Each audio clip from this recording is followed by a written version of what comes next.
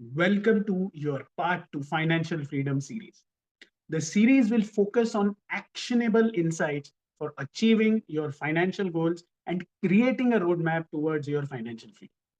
It's a brand new year, and today we are talking about setting financial goals that actually work. Did you know that people who set clear financial goals are 42% more likely to achieve financial freedom? That's huge, right? But here's the catch: your goals need to be smart, specific, measurable, achievable, relevant, and time bound. And that's exactly what we are going to dive into today.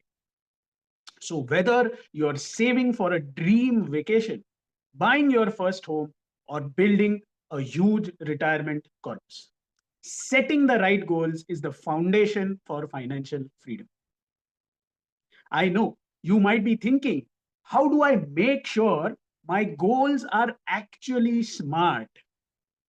Well, let's break it down one by one.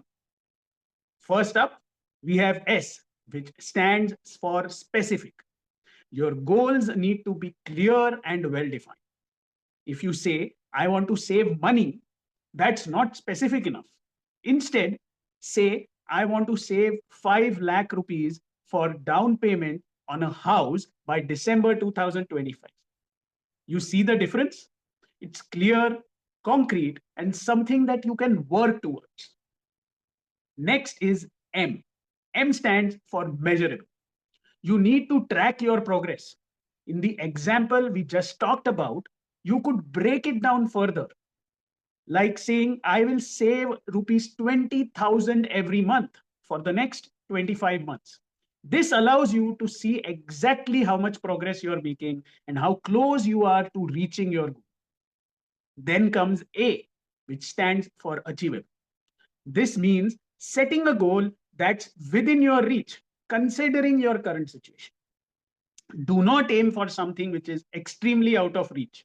Make sure your goal is realistic based on your income, your expenses, and your savings and investment capability.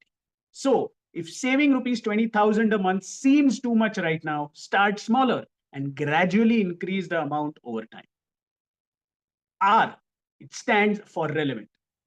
Is your goal aligned with your bigger life aspirations? Does it matter to you? If you're focused on saving for retirement, but all your energy goes into buying luxury items, your priorities may be misaligned. Make sure your goals are connected to your personal values and longer term financial freedom. Finally, T, it stands for time bound. You definitely need a deadline. Setting a time frame creates urgency and focus. Instead of saying, I'll save for a vacation, you could say, I'll save rupees 2 lakhs for my dream vacation by November 2025. Now, you've got a target date and it's much easier to stay on track. So, there you have it, a simple way to make sure your financial goals are smart. By applying this method, you are setting yourself up for success in 2025 and beyond. And the best part, you are not just setting goals, but you are actively working towards your financial freedom.